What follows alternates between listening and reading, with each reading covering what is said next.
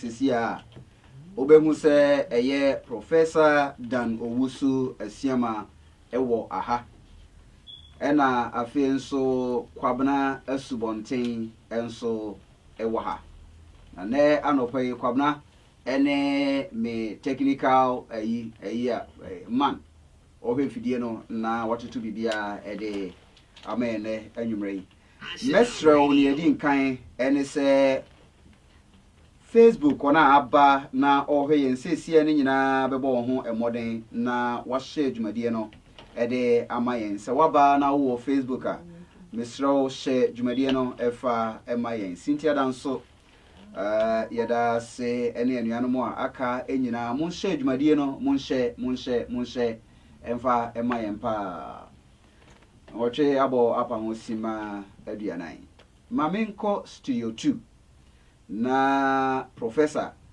ene yen entwetwe enkomo kakra bi Professor Dan Owusu Asiama ajamache ejuso ne bacho apom edisai awrade adom boko de nyankopon ase papa opani yen chere ho na wotwe a etwa mu kwasiada ene ni wukuada eso no ukuada no woni yen hya ase se wo boa empempem a etie wo no okwane a wombefa so wombetumi abeye a Kristo efo na de dodo na ye kan se enkwanje asem eno na wotwe etwa mu no wodi yen ehye ase ene dodo na ya let na Europe hadie wona etie wo no do so America Canada Ghana wono mu nyina obia tenasidi ye behwe se Professor ne fahe ena asoche no ede yen ebefa mame enti o Professor Dan Owusu Asiama meda se wenua na wo a wotie ne anopa enso so mema wache ewo ye ne Awurade Yesu Kristo edemu enokre se efre enano kwasiada no menne wo abo enkomo kakra ewo Awurade asemu na obi nwum bi a otoye ose enyamesam de se isan se esene ewo ene esichire ene sa entino onyankopon asem no emfo no na ekosora ahwehwemu a the more ayehwe onyankopon asem ni mu the more enlightened we become. Enti enano Wednesday no wa utie ye no sa wokae a adesua me no ebesua ye meto ne din se ma wani mmere ewo wo nkwagye eho be serious with your salvation na se udi machi a me no ekasai ekre Philippians chapter 2 verse 12 emu a eho ana Paul ekakre unyame asore no a ewo Philippi no se omo woni mmere ewo won kwagye a unyankopon ede ahye wonsa no eho me free eno so no me no ebehwe Romans chapter 10 verse 1 to 3 na eho so metwewadwen ejina aso ade osomafo Paul asabo a okan no etoto yen Ganafo ye ho bibekira o sade yen Ganafo ye ni gye asore ko ho sade o Ghana ni ekwan a 24 hours na enkoti aso dem ebo onyankopon edin na so eba nimdie a ewo onyame asemu a eno ene de practice Christianity no a na Ghanaians are found wanting. Or Paul etwaso ebeka say Adam say Israel for no womo anje the righteousness of God antum entino. They were tempted to manufacture their own righteousness, and therefore they were denied the real righteousness no utumfo Nyankopon edema edipa no. Bichechero mu e wasa bia no say, you know, Bible no okay, 1 Peter chapter 4 verse 11 or say, if any man speaks, let him speak as the oracles of God. Say obi ka asɛm a ma no nka no sɛ onyankopɔn ensɛm. The Young Church of Christ for the AGD say, God did not give us the Bible for nothing. He gave us the Bible for a reason. Onyankopɔn at the Bible no emayen.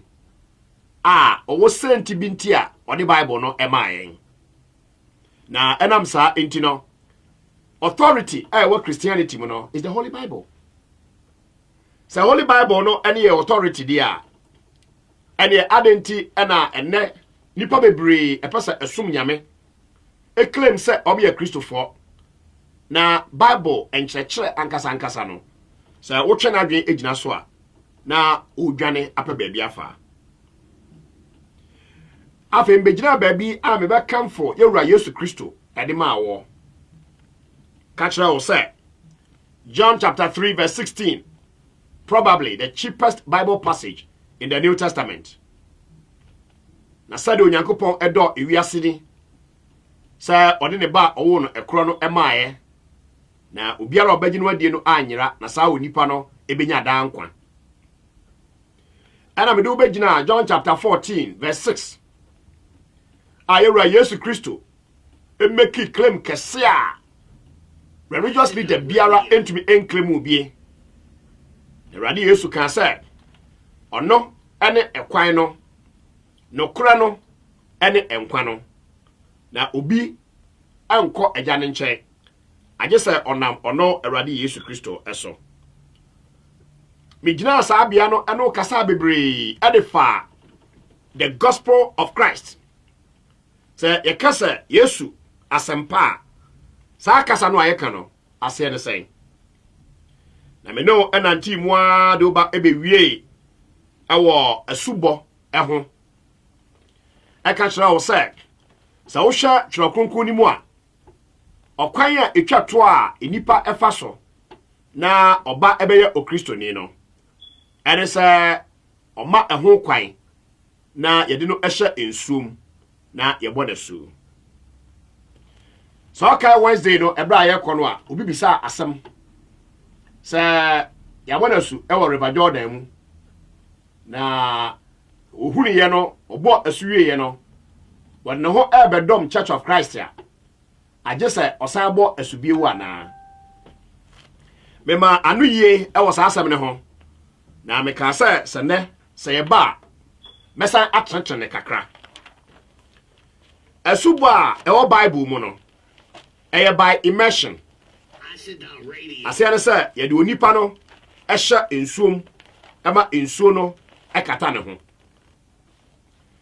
Asuba e Bible mu no Bible say botaya ye de bosa asu no ene say saa onipa na ye bo ne su no onyame enam asubo no so e de ne mfom so e be che no enti say ye do hye ensom e bo wasu na nya adwen a odi ko wura mu ni say onyame enam asubo no so e de obone e che wo de a ene osubo no a wo boye no anya yi isa said the twasa wogidi ansa na wakowura asubo ni mu no enya no na wogidi ye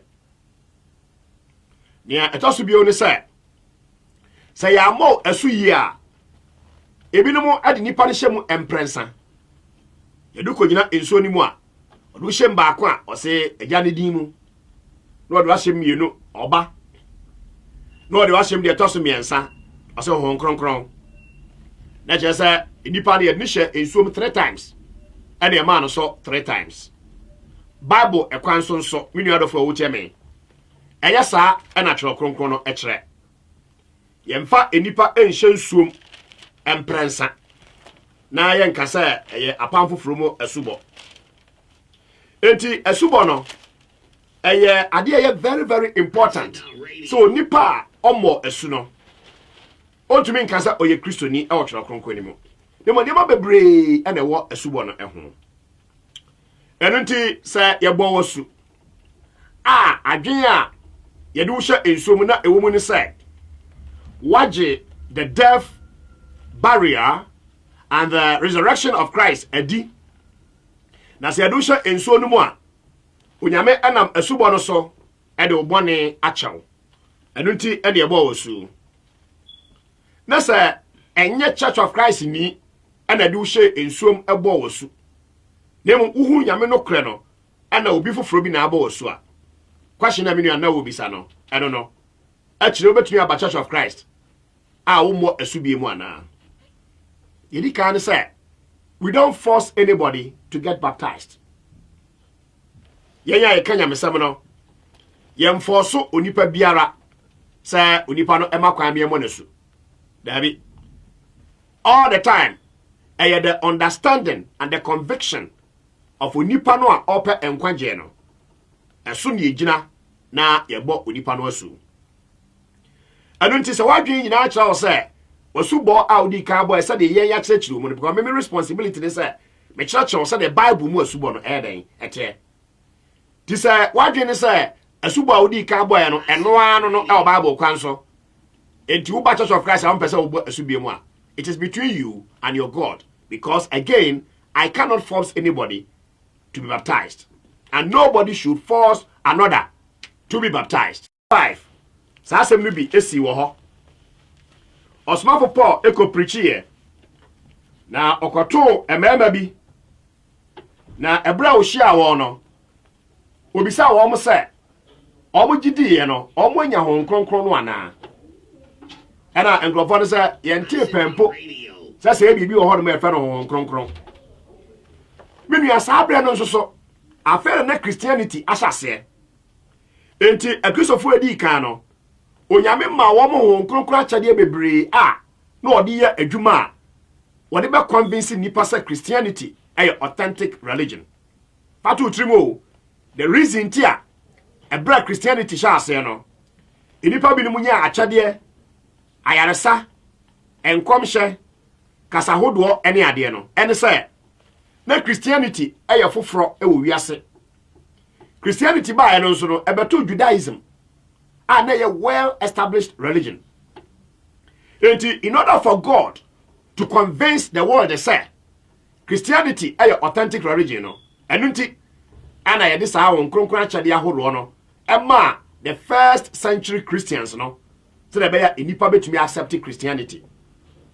And the Church of Christ, I catch all say, Sasam no I see, you know, a serving the purpose where we it so obi so okakasa hodo a wo boa otum obi so wo hya nkom a wonam ne kwan so no de hya ne nkom enema hodo bebre a de maaye say instantaneous healing in the name of Jesus obi wafoi sorry na nante no enunti ena dem asofo no ntumi nye na omro so to juju black magic white magic and occultism no isan say ade no serve the purpose we and I will force chinchina say kotu quotation be say and that's what many other for what you mean into the first century no Acts chapter 19 no ebra Paul koto sabusuafo no na omu hia sase ebo osu a apostle eden nsa eto so na hon kronkron achade no onso dia efata wo no onyankopon ede ma wo ba Paul koto nkrofo wo Acts chapter 19 no na ombo asu no almost timpo sasa won kronkro bi obabi Acts chapter 19 ana me no ekasa free eho ana Paul ebisa wo mo say na de na ho adi mu e de ebo mo su hye ana enkrofo no say John the Baptist ana Paul say oh John asubone de atwam dadaada o ono John no de oba bebo asu and what catch and crofo a ban ho was subonum say omonye de odinachi eba on Jesus Christ no any me therefore will tell me Bible say upon hearing this ebra crofo no etis asemi no omo ma kwan e ma ye bo mu asubio e we na Awurade Yesu Kristo edin mo Acts chapter 19 verse 5 and eka sa asemi me therefore will tell me was wo bo asuwie ye pe no Paul ede ne nsa egu wo so ema omunya hon kronkro achede no bi verse 6 very very significant anya se bo omo asu ano msha asese omo eye bibi o na Paul ede ne nsa eto wo so ansa na omo nsa eka saa hon kronkro achede no a in the first century no na akristofo no bebre ewo bie no enti so obi ka kira o say ye mo esu 2 times ya oboa Bible mu ebisiye enti sa wo hwere wo subo no sade e kirechirem e Bible kwan so no utirimu entene wo a ekwan da ho se o makwan e ma ye bo esu e wo sade Bible akwankyere ekere na wo nso so wadwene mu aye wo han na watumi atena se asom Onyankopɔn honhom ene nokremu wabawura Church of Christ ni mu ene ahotefo abesom na awiye no Onyankopɔn hu se wo ye ne ba ene sima kakra edimanim no last week no mekasa ya de beduru se onipa ebo asua asore ben wonko se onipa onya asubo a ewo Bible mu a eye papa no bia asore ben ene twa se onipa no okọ medafo a wotie me asore a atie duru ye ewo ewiase ewo namre mu no afa de obi besese aburo so kra amana so obi baje Awurade Yesu Kristo edi a afei na obebisa se maje Awurade Yesu edi na me nkode asore ena ada asofo ewo wiase no omo ye confused e wo saase mu ehunti no bebre e preach o radio so ana TV so ana so begina bonte be crusade no preach wi a wo say de be kan yeso waje adidi a ene fa hokodom ene Bible believing church really asem bi se twa so bi sa say na cha say pe de omo kan no ne wo asori bi wo wiase a enye Bible believing ya waso bi o wa je say enye Bible ni because mo asofo no na kasa se waje adidi a ko ene Bible believing church asem we na Church of Christ be kan so a na mo de akonti ba eta yachi se enye asori nyina e de Nyankopɔn de wo ti mo asofo ni mpo agidi se e waso bi ho no mo a e Bible believing and e waso bi ho no mo a enye Bible believing last week Sunday wa utie ye no ebra mi nua no eto nsa frɛ mi nua professor bi no na ye kasafa asori ho no obisa de se o sheda host no asheda ebo asori bidin sasa ye nua no kasa asori de emfa ho a ti se kasa onko sa asori no a obekọ ana professor no kan dey praise ehomom de wonko na ho no wonko na wo ka kire sa so bia ya asori no now are you telling us the truth many other for wotie me sa onipa abaji Awurade Yesu Kristo edi a asori ben ene twa se onipa no ekọ ebinu pese o mo kire se dabre Onyankopɔn eni anoyie ema sa asemi Church of Christ se onyame ewa anoyie e de ma sa asemi Troto na o Bible na betimi akenkan so a fakọ 1 John chapter 4 na me kai verse 1 no 1 John chapter 4 and verse 1 Bible said, "Beloved, do not believe every spirit, but test the spirits, whether they are of God, because many false prophets have gone out into the world." Therefore, I'm repeating it. Our prophet 1 John chapter 4 and verse 1. Beloved, do not believe every spirit, but test the spirits, whether they are of God, because many false prophets have gone out into the world. Therefore, what you mean? Edie bio and a pesa Bible catch wo. Was say, therefore, man ye ahonhom ni nyina eni saa.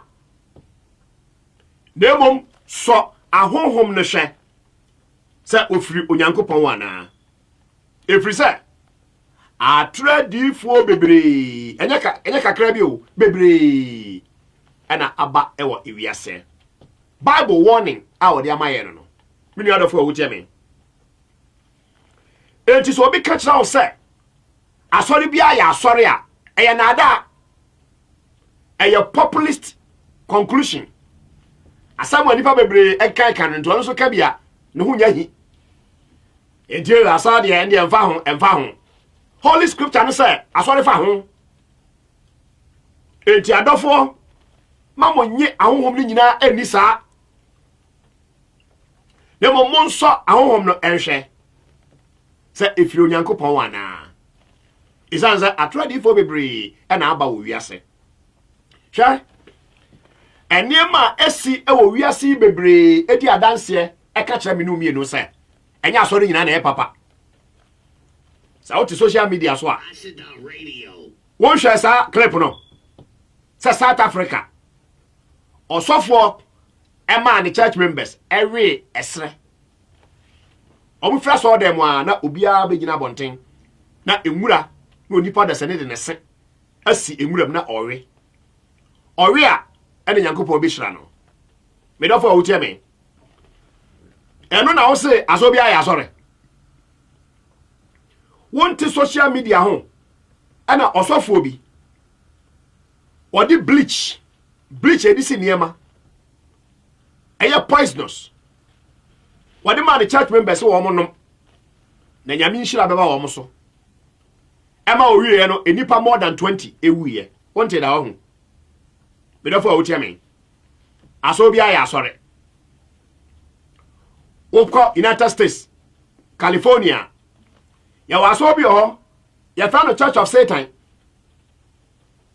bonsa mo sore mo amo se asori din hu hia no to asori din Church of Satan because asori din hu hia ya enti ukoduru uye Kristo ni no kwafo na akoto asori dan ya to ni mu Church of Satan ya wo benya kokoduru akowuram mini adofo wo chene asori bia ya asori no de wasofo no o mo kan saa keke ene de kire mo ene maka cho se a populist conclusion odofo wo chene asori bi oba abrumu eti Bible mu no omo ebo esu no omo kwa asori eno na woni abre na se wusua ntwa kronkron na opanyame no kure no a obisa aho se na omo ebo esu o Bible mu no asori be poten eno omo koe omo ko presby omo ko Roman Catholic Church asori a omo ebo esu o Bible mu koe no na eye Church of Pentecost wa na Maranatha Revival Ministry International na ye ICGC na ye Muzama Christo Disco Church ya asori ben ena edikanfo no a ebu asu e wapam foforo mu no omo ekoye mini adofo a wotie me Bible no say menye ahohom ni nyina eni yese obi aka so yosofo a e ho awose han asori obi aya asori bigi se nyina Bible kro ya na yusu tie ne enye hwe sa de krofo bebre ya kekeka odofo a wotie me na me ba be ka tra wo se enye no kre me ma Bible gina so mienu bi ya koyanim Matthew chapter 7 verse 21 Yewura Yesu Kristo se enye obiara a ose me se awurade no ene be ko so ahemani mo nemum de oye ja owo soro no na pede patu trim it is in your Bible sa asem na Yesu kan ne kire se enye asori bia na wokọ a ebetimi do akọ heaven full stop sa na kire nya asori bia na ebetimi do akọ heaven asori a vehicle I dey ekọ heaven conform say asori nyenkwa asori nyenkwa na ka akọ yeden ono a waka asori nyenkwa no da bia okọ asori na de nyenkwa so o ha ho sa yeden enti se pese ye dojo onyankopon asem no a ye keka ensam eye ne maniama bia at the end of the day no be say it doesn't make sense asori nyenkwa na me question is bra ya okọ asori ko yeden because ye bre nyina no nkwaje enti ne ye bre odofo pa a wotie me enti Matthew 7:21 no yewura Yesu Kristo pese wo kire ye se enye asori nyina ene betimi do akọ heaven enye obiara oseme se awurade no ene beko osoro ahememu dem de oye ja owo soro no apede enti Church of Christ enchechemu aya ne no church no agrofos doctrine no onyame apede no ene ye church wo no se ohwa Bible ni mu a sei ene nyame epesa ade we ye sei no opese ye no oh na so for no de abegu anya hwe won bi anya hwe sa asante for se anya hwe na abusua no sa Ɔdɔfo a wotie me. Bibia anya hwe. Ye fa no liberalism. Hwe nya hwe. Ene de nam mu. Hwa Matthew 7 no. Sa wonto Bible ni mu a, hwa verse 22 no. Yesu said, "Ɛda no, atemu da no no. Enipa pii beba abeka sɛ, Awurade, Awurade. Yamfa wodin anhye enkom. Yamfa wodin antutu ahohomone. Na yamfa wodin anye ahoɔden ne bebra na." Ana Yesu eto aso sɛ, "Eno na mepai mu akacha sa nkrofo ne sɛ, mumfi me so nkɔ. Minimmo mo a moyɛ de entene." Hey, asamo aba, odofo a wotie me. Good morning bio anopai. Me say asamo aba. Asam be na aba. Osofo na wo so hye nkwam no Yesu so beka kyan so onim no. Osofo na wo so otutu ahomone no. Jesus Christ say, obeka kira no say, onim no. Sofo enso asore na wokɔ. Insu ahwe krabo. Ama ne batakari no afɔ. Tawano nso so afrato. Osofo na odi na chi mu a o ka cha osa so bi anya so bi anya so no. Aso bi aya so bi aya so no. Sa ono emu no awie yamra no Yesu ba reject no. Na Yesu no abeka kira o se munya won. Wo ye nifrafo a wo kira nifrafo kwan. Na so nifrani a cho nifrani kwan a. O mienu nyina ebe hwe amrem. Ema remfi verse 22 no. Matthew 7. Wase eda no enipa pii. Ti asori anya Yesu dia no nipa ewo mu no omudo papa. Odo papa o tie me. Ya enti Bible ye da hoi mu no. Wo mo di ka be ya Christopher no, omo anko asori ana. Minu a o tie me. Enti Paul no anko asori. Enti Peter no anko asori. John, James no omo anko asori. No omo anko asori dia. Wa okọ Baptist and no pay no ubetumi de onsa si ubo se na Paul ekọ Baptist church a. Yes or no? Mo okọ Church of Pentecost no mo kan kire me se na Paul ekọ Church of Pentecost. Wa akwa wo fere untumi nka because Church of Pentecost e shase Ghana. Makion na de bae. Disabe na Paul was nowhere to be found and Paul akọ Church of Pentecost. I put it to you. Oda Paul wo tie me. Obonsam afakwa bebre so e de adada enipa. Na ogusuara dada enipa. Se de beya onyame no kura no a ene tumi de nkwaje ebre nipa no. Enka enipa enhunu na oni akire. Medofo pa a wotie me. There is a church in the Bible. Asori bi wo Bible mu. Now when we say there's a church in the Bible, na yen Church of Christ wo betena beka. Nya de make church no say me na me holy. Me yesro abofo. Church of Christ fro nyina yesro abofo. That is not the meaning. So wonti ase no a de ye ka no wunya nti ase. Yes, Yesu e de asori bai. E de your premise e twa se wogitum ana wodinai. Yesu de asori bai ana wanfa sori ama. True or false? Obi a otu New Testament no ya no mayentie. Ana Church of Christ say, "I Yesu de asori bai." Full stop. Already Yesu bai no. Na soma for e apostles no mo ye 12. So okay ya. Wo mu ba ko afa no Judas Iscariot no.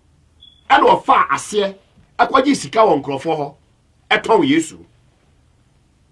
Ne sa entin enam se Judas ekoton Yesu ntino. Na chese Yesu bae no we anya asomafo. Mo argument is ha kire o. Church of Christ ni bi kodi bone a na chese aso no enye Yesu dia. Ho ne ka kire ho. Eden ka Yesu nso ni asomafo. Eden ka Yesu nya nkwa because of Judas Iscariot.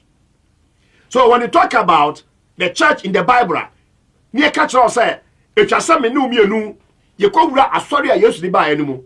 Near catch all say, yen Church of Christ for ye gidi say, sa so no. Ebi ni yen.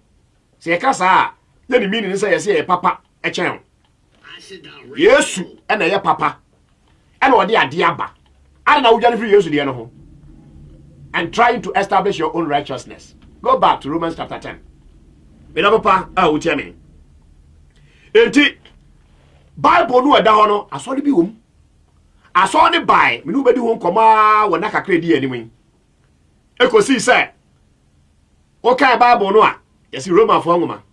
O ti ase say a Church of Christ nubi and a call Italy krom e fa no Rome ni mu ye tro krata e koma wo mo tina sa book no ye fa Rome afọ ngoma Philippi fo ngoma Church of Christ nubi and a call Philippi a Europe ha Macedonia and a Paul tro krata akoma wo mo enti na fa book no Philippi fo ngoma there's a Church of Christ here e Philippi 1 Corinthians 2 Corinthians Thessalonians any ade nyina no e ya asore ba ko pe no spread here during those times no and the church krata and the koma omo there weren't multiplicity of churches as we are witnessing today I was abranimu you make can say Paul no breso no na asore different and the hosa said the year king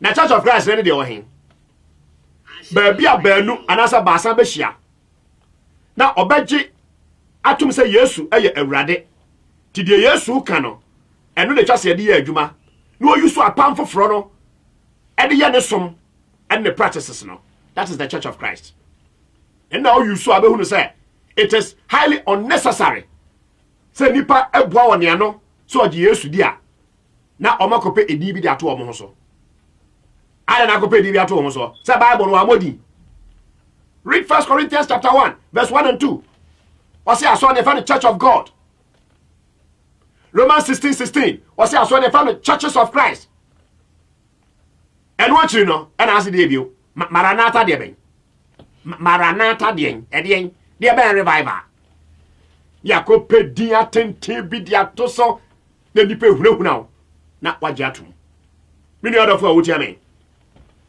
1 Timothy chapter 4 verse 1 1 Timothy chapter 4 verse 1 wha make us a mention was it now the Spirit expressly says that in latter times some will depart from the faith giving heed to deceiving spirits and doctrines of demons. Order I mean Sisubio. One more France, I say repete. Was it? Now the Spirit expressly says that in latter times some will depart from the faith, giving heed to deceiving spirits and doctrines of demons. Where am come show a bright Church of Christ no shall say na a big call Asia Ephesus na Paul edi Timothy etna Ephesus say onye preacher osempakani e was akwani so and Paul draw a letter 1 Timothy 2 Timothy and the command Timothy say on so na onfanye asore no Paul atronimu and 1 Timothy chapter 4 verse 1 han all catch Timothy sa abrenu mu say Timothy ho kronkron no kan pefe say and na edi akire yimu no na say woni mu a ene ne ya brei so ebinom ebetwe wo mo ho afri Nyankopon gidie papapa ne ho onu ache ni yo na they will be giving heed to deceiving spirits and doctrines of demons. Womo edi womo bemma enada ahonhom etimo asore aba no ya mo hwa sofo no so mo te say magicians Accident radio ya won hwe say na sofo aba no o mo te say akonfo they have given in to deceiving spirits. You can saw them who or see Holy Spirit. Or what? Any Holy Spirit ya. Bible friend deceiving spirits.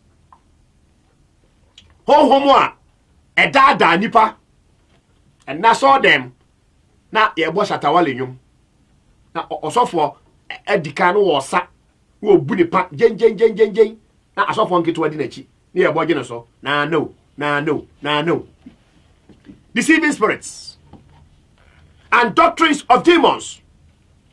Obonsamu church oni adofo awuteme so ye Ghana ni last year uni ho and Dr. Mensa Otabil na sorry mu was say very big greater works what the chart ebebo aso da nanim Sa open Yankopon enhyira. Open sa enhyira we ya ne buonie. Na ewo dollars mu. Enhyira we na apa ne buonie. Doctrine of demons. Every briban ana sa de we sha ase. Me nua do fo a wotie me. So Yankopon hyira sa afi de yeton. Na ye wo Ghana so ye ton in cedis. Ye ton in dollars. Enti nkrofo atete asori enne no a mo agi atum no a mo se aso bia ya asori no. Wo dada wo. Oni adofo a wotie me. Iwi sa na te. Uniska, wo se adronye. Go back to your Bible. Na bisa ho se na Paul ekọ ICGC ana. Ya Ghana for the jese obi preach no ka brofo ani jese brofo no ka ye nti papa. De abonsam dia ye de eso papa. Moti Europe hey. Mo amoti Germany. Mo amuwo Belgium. Me dra me kasa yi. Mo amuwo Netherlands, mo amuwo France. Won kan kira me. Amama amabodi ya moti mu wa ha no. O man ben e no mde obi krom kasa e na kira de o school mu. Mo kala minti. O man ben. Uko wura Italy school mu a na omo e kira brofo, omo de brofo na kira de. Wo be wiaso ati bi da. Say Italian prime minister Eko United States. So oko kasa okoshia Trump wa. Oka Italy kasa. Belgium ha. Do odi mo anim no ko ba bia oka Belgium kasa. Ya bi before nko a. Ene ye kai krom kasa ne ye fere. Tida bia sa na nkrofo ka bra, wa na ya ye bi brofo. Mi fi do mi abra asante achim. Enough brofo no ma tia bre. Na me sero me man. Ya ye bi brofo, mi ebroni, man ko bi brofo. Wo Ghana di na me kasa kire wo. Tie. Na fa ya dwuma sho Nyankopon ni monyam. Abrofo so omo so nyankrofo no so nka bi nkire omo. Na wo a wutie me na so be ka brofo a, wo so wo ho kan brofo. Na me da be ka mitwi. He na asa me kura esre. Obi kura adwene se na bra mente brofo ntia. O mo bro te se abrewata awisi. Kwa mi se fa kan eye twi program nti kwa mi se fa kan ente brofo ho. O mo bro. Na me dofo a wutie me. Ya di ekrom kasa ene ya de ya de ma nipa ete ase. Na so Dr. Mensa Otabil mo amokwa ICGC no. Ebra wo cheche nyame nhira no. No de ebo eto so no. O de dollars e de to so. Ana me ka kire say Bible say e na edi akire no. Ebi no betete asori. Na wo mo de enada honhom ene ahonhommone nkyekere. E demonic. Say na asori adani sikasam. Na de Yesu di baaye no enipa apo. Me do papa a wotie me bepem sa abre. Men kan kire enne ansa na makomanim ewo eda foforo ebehia mu se asori ewo Bible yi mu. Na asori ewo Bible mu no enye 2 ena enye 3. Onyankopon ena ada nipa efiri edintrom. So onyame pase wo kire onipa bribia. Onyankopon en confuse nipa. Newo onyankopon eye straightforward or direct awade bia oyemu. Mama examples me ansa bi. Ebra me no ka there is a church in the Bible. And that church no eye one pe. Na o ma be kwandam yasare, am se obi ade enye, wa mo de na ye. Mi ni bi, me mente asore, na makasa bra bi. Mi se Yesu de na ye. Ghana for it asem o yakra mo se mo ntiase, me so mente mo ase. Onyame baako. Yesu baako. Bible baako. Ade na sore emoye anchichemu sa. About 2 years ago, ebra me ba Amsterdam, Netherlands no. Me ne menu anu e ko SDA ehia eye Bible mpensempensemu e wo radio so. Aya da na obi okwa so memre da. Ebe ka so oni obi okwa so akwasi ada no, o mo ya de baako. Enya dokre. Enya dokre. Memre da som, ani kwasi ada som. Baako ye wrong, ana baako ye right. Ni mienu ntimi nye right man nye yeda. And ada wo. Biasa so bia ya sorry a enya no kre. There is a church in the Bible. Asona ye ka ho asemi no e wo bia Bible mu. Na onyankopon onuadofo a wo tell me. 1 Corinthians chapter 14 verse 33. Troto. Over the top, as someone Paul can say, for our God is not the author of confusion, but of peace, as it is in all the churches of the saints. Osman Paul said, na yenyankopon no onye sakasakayo enyankopon. God is not a confusionist. And wa ka che bi nim se mon kwa so memeda. Owi a no abeka che bi se mon kwa so nkwasi ada. God will not do that. Erade mount ase ebra be kasai. 1 Corinthians 14 verse 33 ene kasa. Wasi nyame onte sa. Enti asoy bebrebe na ate adu ye wasasi so no. Me nua dofo awuti mi se woni mo a. Ewo some amount of semblance of Christianity, but anya no. In theology, if we be pseudo Christianity, pseudo, P-S-E-U-D-O, pseudo. Pseudo means false, fake. Enti aso bebre e wo wiase na e fake. Aso for no odi posika keke. Akwaje aduro. Ana odi atoso no obo nyame din. Me nua dofo awuti me. Na hwe die tia me catch now say Onyankopon ye confusionist. But bia especially enkwagye fatu trimo asema me no kan say e ma obi enfa enkwagye ni agro. Ana wo ankasa enkwagye no enfa di agro. Na tie sa se we free me nchen e na do pai.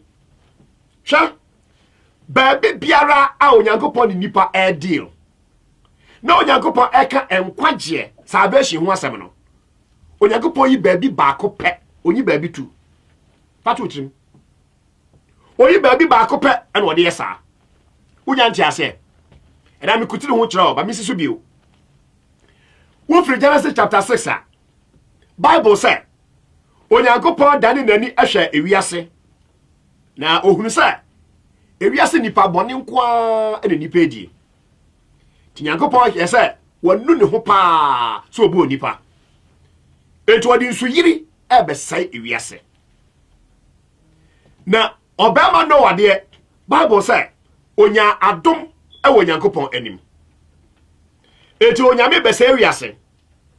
Noah enya adom e onyame anim. What next?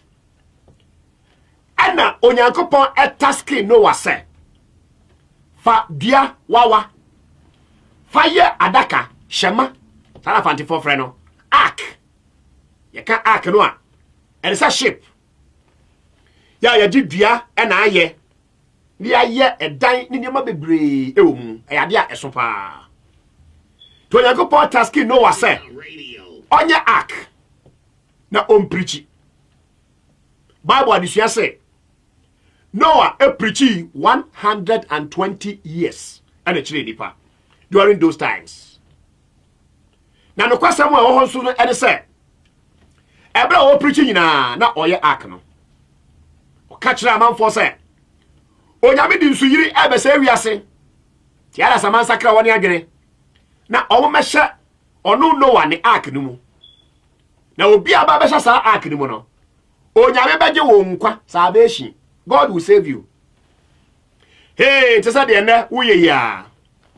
Se de obuafu ya wonko wakodwam ya anopai. Ana ni huhu. Wonko ana uye carpenter ni. Wonko ana ani ma akye. Ya nti opeso o tesa se so obi an ko no na ark ni mu a agesi wo nyankwa. De wo kire. Sa atemide odi ma anopai sa de ye Noah. Oda fo awuti na Bible said enkrofo no ahwehwe edekosi eda no ensuyiri no ebae emoa Onyankopon se fa emoa mienu oba baako bema baako ena emoa pi ko hye ark ni mu enipa enya nkwa ewo no abreso no na omye 8 oda fo awuti bibi ba o atemuda bibi ba na enipa be ye nchenchema odifo no baako na smo kan no amanfo je atinyi saa wo Noah ark yi ho amenipa nkomu saa bre mu nipa wo wiase nyina enipa 8 pe ene koe emoa dodo enya enkwa eche enipa nyansa dodo nti me ka tira o se Noah bre so baabi a na enkwa je wo no na baabi baako pe na nya mienu God will never confuse us. Therefore, 18 na me catch what said. Yes, you buy, Matthew chapter 16, verse 18. Here Jesus said, and I also say unto you that you are Peter, and upon this rock I will build my church. Men so me catch what said. Ye frau Petro. Na obutan yi so ana me Yesu me de masori ebesie. Na asamado apunumpo entumi mu mfasa asoro no so. Who told you Jesus never built a church? So for class so shamefully etumi kojan yes na ba meti asare. Yes ya meti asare on the asempa na no nam no keka. Also for how do you account for Matthew 16:18? When the Lord Jesus exclaimed, upon this rock I will build my church. Obutan yi so ana me Yesu me de masori ebesie. And I hope so catch me say Yesu kan na wanyo. Sa na person kire. Ha ha. Me catch us say Yesu kan na oyo papa. To know abreso there was only one ark I save you nipa. E ma wasum anya denden say catch us say Yesu brace no aso na ye ba akopɛ. Odafo wo tie me. Dia to so mi no. Wonim say ebre bi so ye. Ama Onyankopɔn kan say okosai Sodom and Gomorrah. So okay. Na Abraham wo fa se e friend Lot. Na o kro no mu ba ko mu. No no de no yo trene ni. To Onyankopɔn per se oje Lot en nasefo enkwa.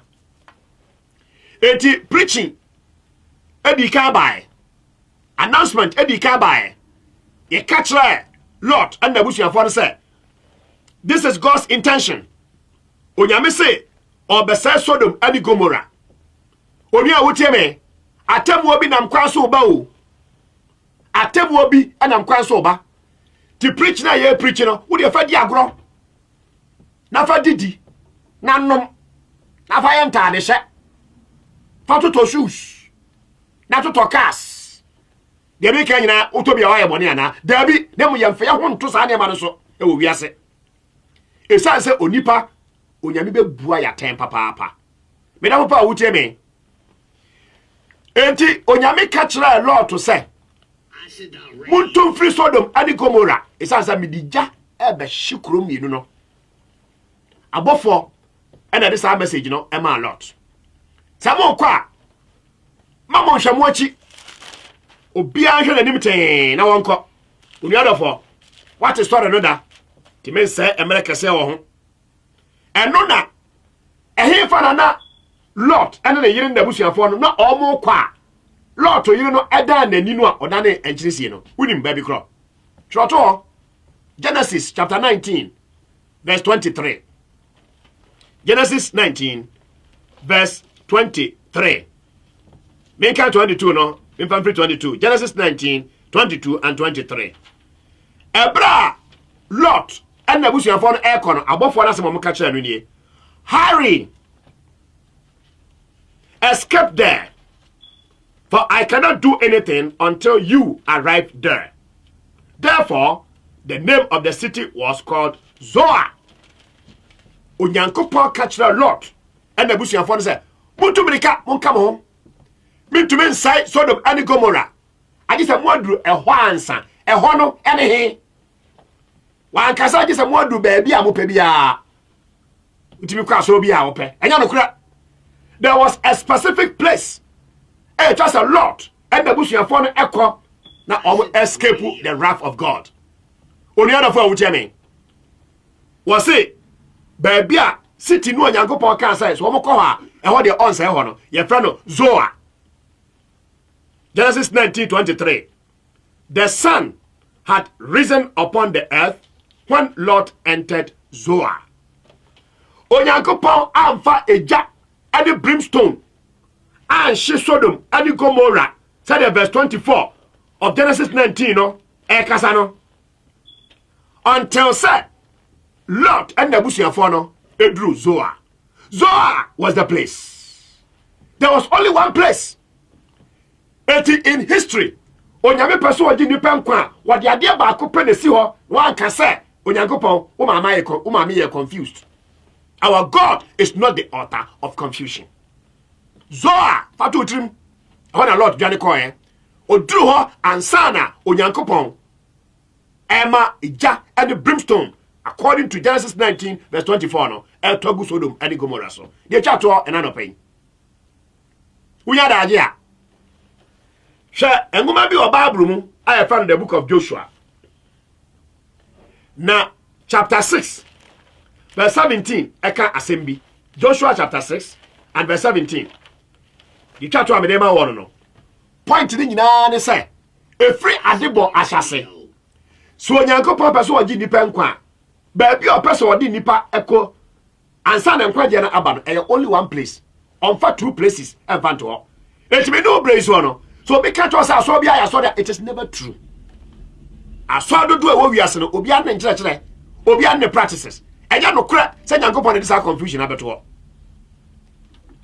odifo bi kura oba bi so ye odifo ma wate asore difo ba a wate asore wate asore dem on dey preaching Yesu ba yesu suafo na somafo dumienu no na oba nka ho Christianity e Bible mu no ba bia ni ho oba eye sofo ejina pulpit mu aso asori bi sofo eye oba okwaka o si hey odafo wo tell me Joshua chapter 6 verse 17 amika se mikito abi nchira now the city shall be doomed by the Lord to destruction and all who are in it.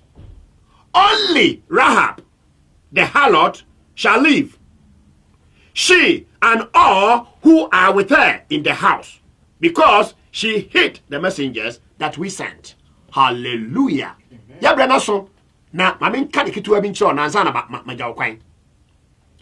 Onyankopon se Israel for enko sai Jericho. Na ebra wosoma nipa ekọ Jericho no. Wa kwato oba bia na so a professional prostitute. Sabe, wa ya shawo ni ba. Na so Jewfo ne di kan ekọ wura krom onom di kan hu no. E no mo ka botaya omo di ba Jericho no e kire oba no. Enti wo ne oba ne ya pam. Sasa oba no e the spice no e besie e ma Jericho fo e hu spice no e meku omo de a. E na sa stam no so na sa Israel fo e be sa Jericho a. Ba bia oba dwamanfo Rahab no odi nkrofo no ko sie no onipa biara obedwane akosa efie no mu no one de ye nsa no bi ene ho asem no oka no eti Israel fo ekosai Jericho pasa e ma no ka efie ba akopɛ Rahab ne papa fie onipa biara odwane ekowura Rahab papa efie no sa osai no ebi anka no Awurade Yesu say upon this rock I will build my church. Yesu akasa I will build my churches. Na onim se ena edi akire no azani nkontompofo abetete asore akunkum oni anim akire se wo ye nyankopon nkrofo a homoboa eti Yesu e wo Bible mu ene me Bible mu ene obi a Bible mu say I will build my church singular. There was only one church and there should be only one church today. As also no the practices nyina no e wo twere kronkron ni mu Awurade boa na se ba wo nchen kwasi ada adesua ya ti sei ye betoa so ama won so asode wo twere kronkron ni mu no ya kire sade na ni suban esitie the characteristics of the church of the Bible. Awurade show and na no pay say when the Church of Christ for adi enkomo me dey offer me brother Dan Owusu Asiama unya daade a bana besrayen ye nua no e the address bema Awurade pa wo kire kwesada awia 1:30 no me the Church of Christ e wo Antwerp Asia bra na wo kwahye biara wo no me nua ye moa na nyina nhwe onyankopon asem ni mu onua no ye wia o the phone number betudwa no the address no so e the amount ye bra Jesus Christ say and you shall know the truth and the truth shall set you free. Na mube huno kura no ama mo aye adehye Awurade enhira ene anopai ye da wakoma pronso me bompa ye se ono otwedi ampono ankasa ona nani ewa humobro mu na onnom wo na onnom menso na onka ye nyina eho adom ene humobro ai free Awurade enkan ene adai. The churches of Christ salute you and good morning. Bye bye.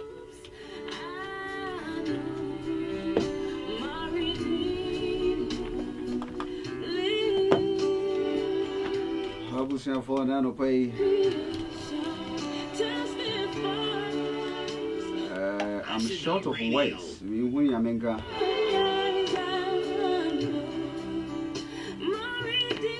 Professor Dr. Daniel Owusu Asiama.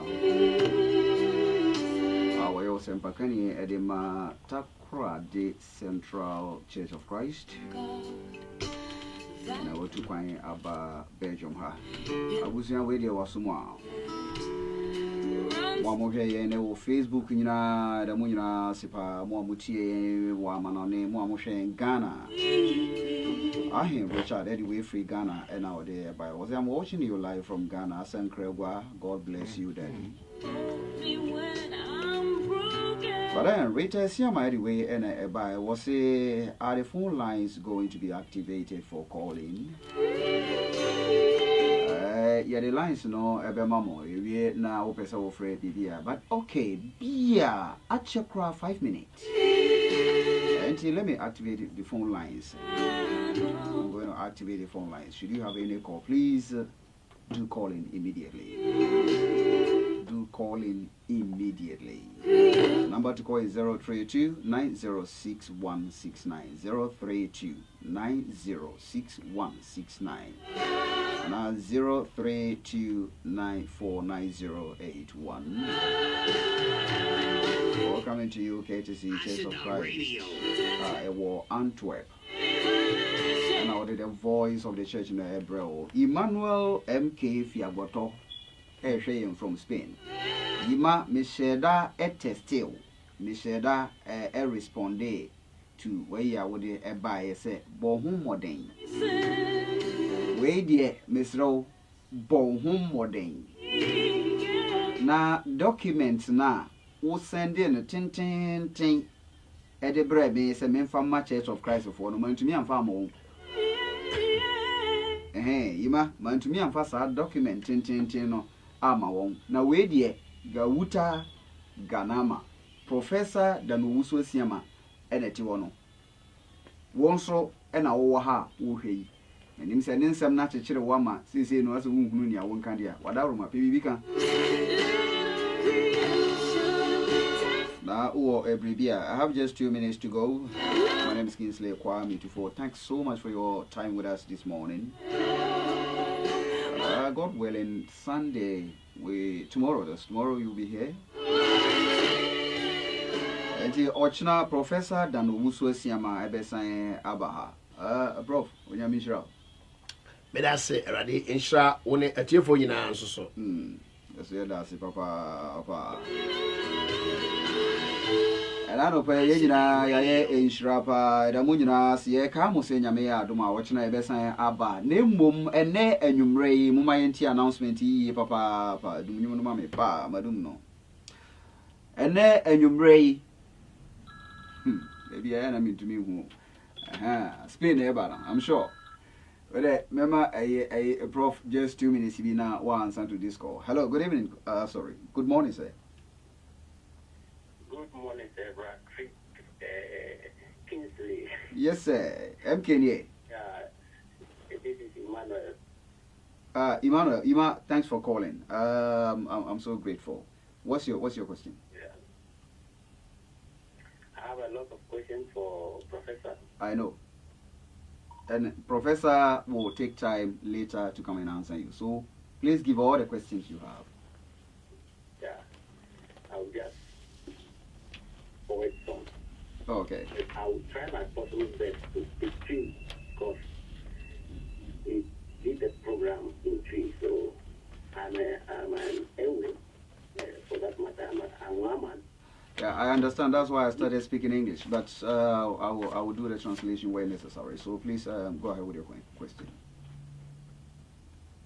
Yeah, Professor, let us know that there is only one church in the Bible. Yes. Acid Radio. I disagree with Professor. That's why we all agree that there are false churches in this world. But he cannot assure me that there's only one church in the Bible. To prove him wrong that there is more than one church in the Bible,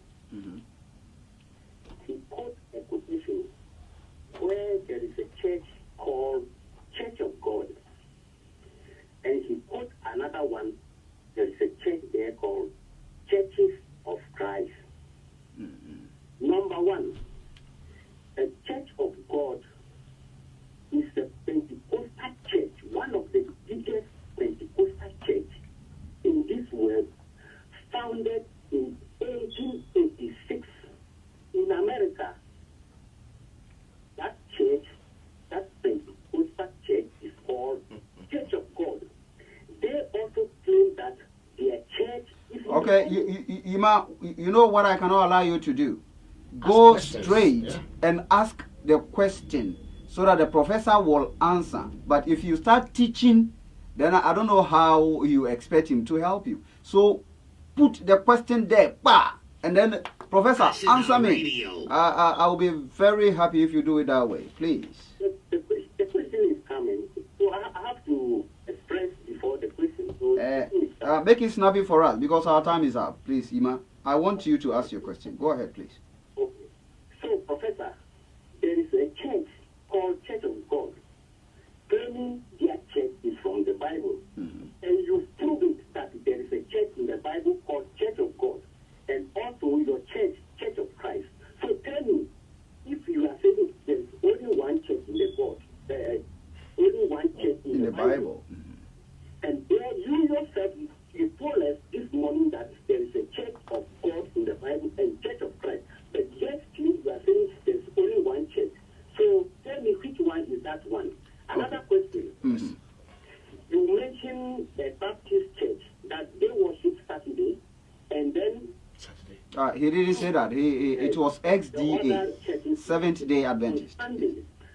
Professor, I want to let you know that 321 years after Jesus left this world, the Roman Catholic Church abolished the Saturday worship. If you in our Bible, the worship was Saturday. The Bible is saying worship your God on Saturday. So your question directly, listen, your question directly is it Sunday or Saturday? That is your question. And you believe it is on Saturdays. So just make it gist. Yeah, because my man will kind of- Just make it gist because we don't have more time for that. Yeah. Please. Okay, I'll make it short so that I'll ask these two questions. You should answer me only these two questions. So let me continue. Continue to wait. Okay, Ima, thanks so much for your time with us this morning. This is what I can allow. I think your question is already asked. The rest is circumlocution. I can't allow that. We are working with time. Professor, this is it. The questions are two. One, Church of Christ. In your presentation, you did mention that you did mention Church of God and you mentioned Churches of Christ. And so he's confused with the two. So to him, he has, you've done two presentations, Church of God, Church of Christ. But yet, you say there's only one church. I think that's where the confusion is. Okay, so do we have the time to give the answer? We don't have time, so I suggest we do that tomorrow, God willing. Okay. So please note that tomorrow we will do that. Well, folks, this is what the time will allow us this morning. My name is Kingsley Kwame Tufu. I believe you've enjoyed the program. So like I'm away same time tomorrow at exactly 7 p.m. Do have a wonderful day. And I'm still reminding you of tonight. This evening, Church of Christ is meeting at Lackbox Lane 108. Lackbox Lane 108 at exactly 6 p.m. today. We invite you. Do come with your friends, your family members. Do well to be there. The address is Lackbox Lane 108. Yatunsa Efre Atiefo Atie Nyina Titru Belgium ha. I expect. Say Asofo, I'll be there myself. May expect say Asofo no everybody. I know you are listening. Yenim se mutie because even right after I go, Asofo for any group of for there, but I believe wholeheartedly that you are listening, and I expect you to come with your questions, come with your preachermen, come with your elders, come with all the deacons that you have, and then let's see.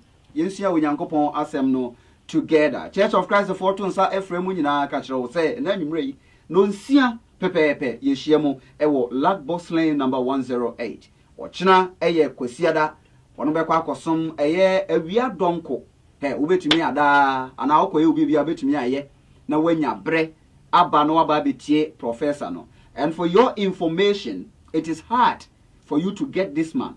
So we make us anjira tie ni yewu ono na ye na adwuma ewo Adom TV so no a Ghana aye jejeje no nti nsem bi wo ho no mo a wotimi se bi a wo keka na Adom TV no so ama bia be hye obo ana se wo abasobo bi ana mu bebre wo ho a you want to meet him na muhu ni nipa ban senia papa no wote wo wa ha e ma no nkwansa ene wa mebisa me se professor no wokọ professor no wokọ mesrɛ mo ma ye nyina fa ye ni enkyere eye Lagos Lane anwumrei na wa ye ready so obi a obeba ne nkyɛn bia no obe welcome wo kama ye hia no Lagos Lane 108 na yenko ene no enkodi juma ene anopa ya ha ena yedemo ebesie sa dom yen na omadepa echi ene a ochna anwumre no so musonfo Kingsley Kwame tufo ene no bebom na yechie de awrade ewo edemae meda mo nyina se monkoso na monhwe video no